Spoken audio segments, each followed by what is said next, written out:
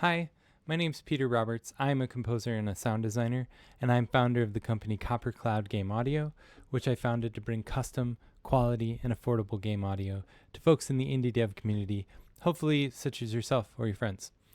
I am here looking at a track that I wrote, and I wanted to share with you the process through which I created this track, and it mostly has to deal with adding these markers to the top of the screen here before I wrote anything down.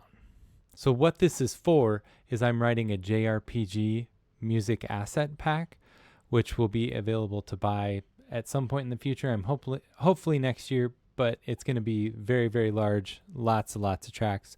Right now I'm kind of going through town themes. This will be the 9th one, as you can kind of see by the tiny number at the top here.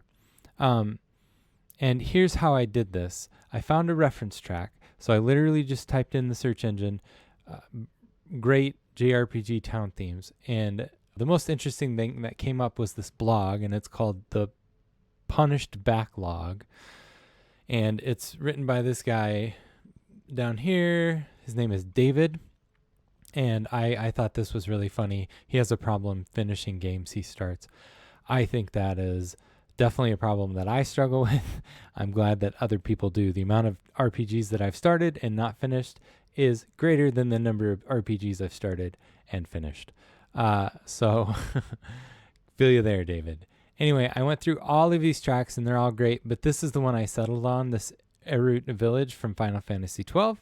Which I've not actually played through, but this music was so beautiful, and it was something different than I had in my previous tracks, my previous town tracks, that I just wanted to put this, something like this, into the asset pack. So the way that I did this was I listened to the track very carefully, and I used its form as a guide for making my own track. So I listened very carefully to the number of measures that each section lasted, what elements stayed the same between sections, what elements changed, and how it looped through it. So I'm not going to play a ton of this because I don't want to get copyright claim, because I just don't feel like dealing with that.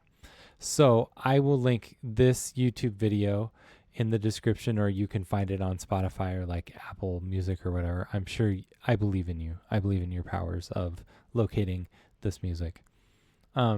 So the first thing I did was I'll count through the music and determine that first section and how long it lasts.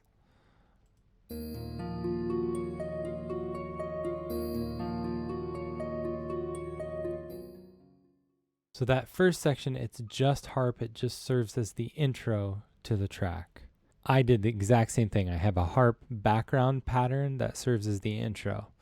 And don't worry about the numbers up top, because I feel this in half the time it is. So it's still 4 measures.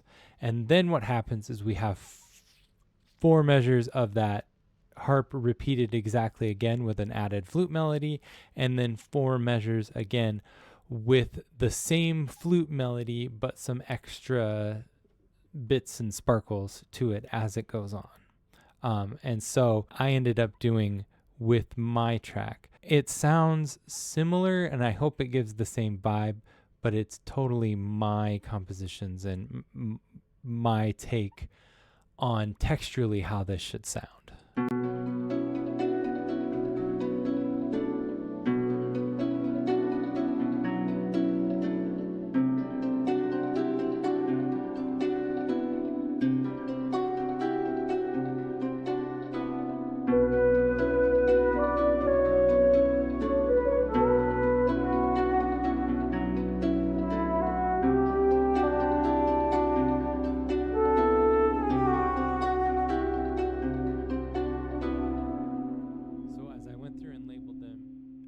It intro, because that's what it is, and then the A section, this is the first section the melody happens. Then we'll have A prime, so you'll listen to this, but what I added to it was that first melody is played by a Gemshorn, which is a medieval flute and an alto flute put together, And then what happens on the A prime is I add some background patterns from a woodwind patch and from a celeste, which is a keyboard instrument that kind of sounds like bells all playing together.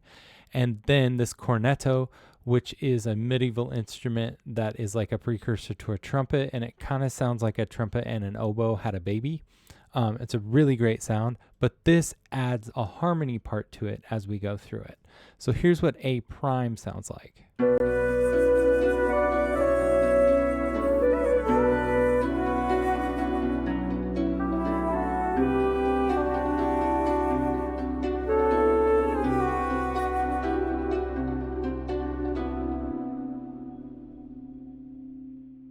Then, as we go through this track, the texture will change with the next section. So I'll play just a skosh of that right now.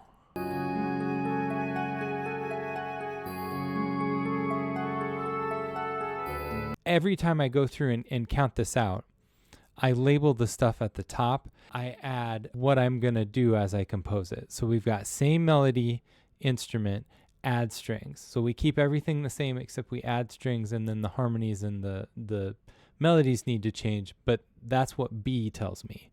And then B happens again, and I know that what I want to do with it is I want to change it up slightly. So what you'll notice is that the melody instrument carries through, the harp carries through. The harp is changing what it plays note-wise now, so the harmonies are different, and the melodies will have to be different to accommodate that.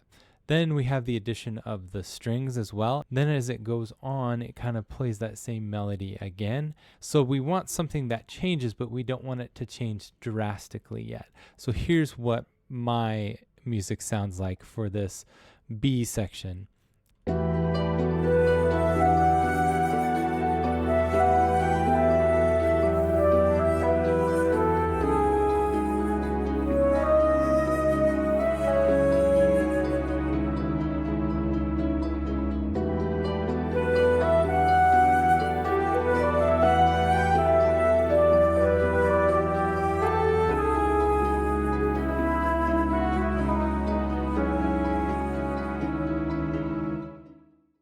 Next section of Eruyt Village, again, just the start of it, so you can hear the change in the texture that I was going after here.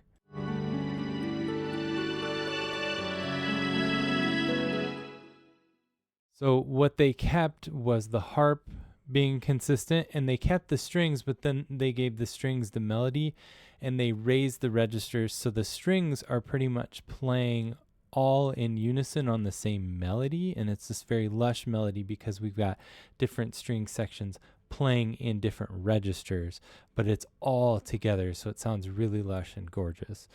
That melody actually goes on for a while, and the C section in the music kind of winds and has a bit more of a journey through this section, so that's what I did here. You can see it kind of happens in 4 phases. The strings, you can kind of see what happens here. When it's in the background, I'm using these 2 instruments and then this group of sections. But then when it goes to the melody, I'm using the same as everything and then adding a whole other orchestral section to it to really beef up the sound. So here's what the C section sounds like.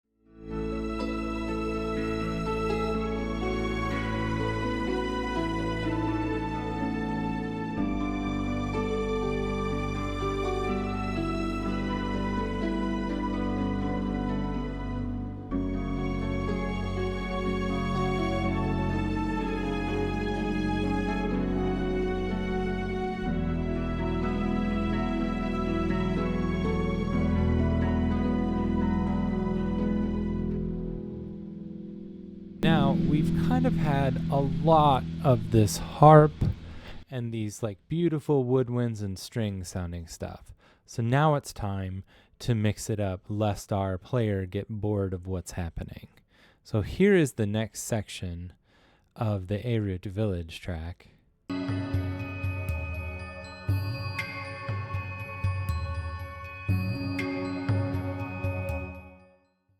So we have added choir, we have added percussion, we have dropped the bottom out of it quite a bit. We have the Celeste instrument actually coming to the foreground now. I have added all those elements, and I added a bit of this piano that I had used on a different track called Drill Power. I have 3 different vocal instruments, well, 2 different vocal instruments and 1 woodwind instrument that's supporting it. So here is the big change up, the D section.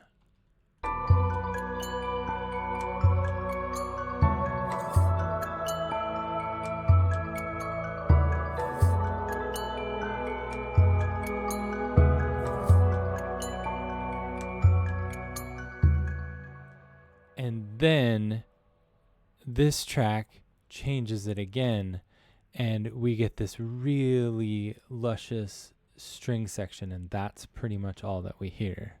So that sounds like this.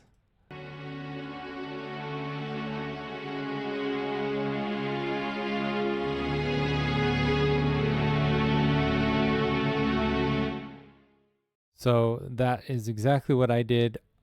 This pipe organ is always just doubling and supporting the strings to give it just a bit more depth. So if you're wondering what that is, I did add a little bit of a piano part. I am a piano player, so I have a definite bias towards that instrument. So here's what the E section sounds like.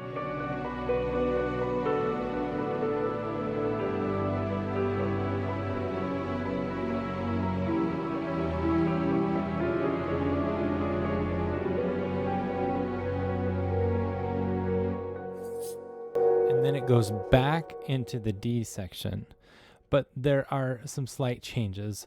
Mostly the voice adapts a different melody, and at the end we kind of have to wind it down so that it'll loop. So here's my D section that is slightly different.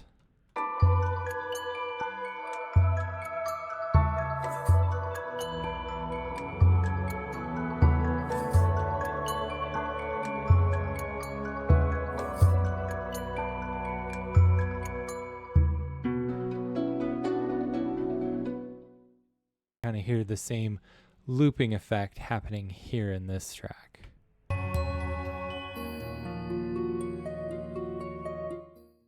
All right, I will drop this track in its own video so that you can hear the whole thing, and I'll link that down below.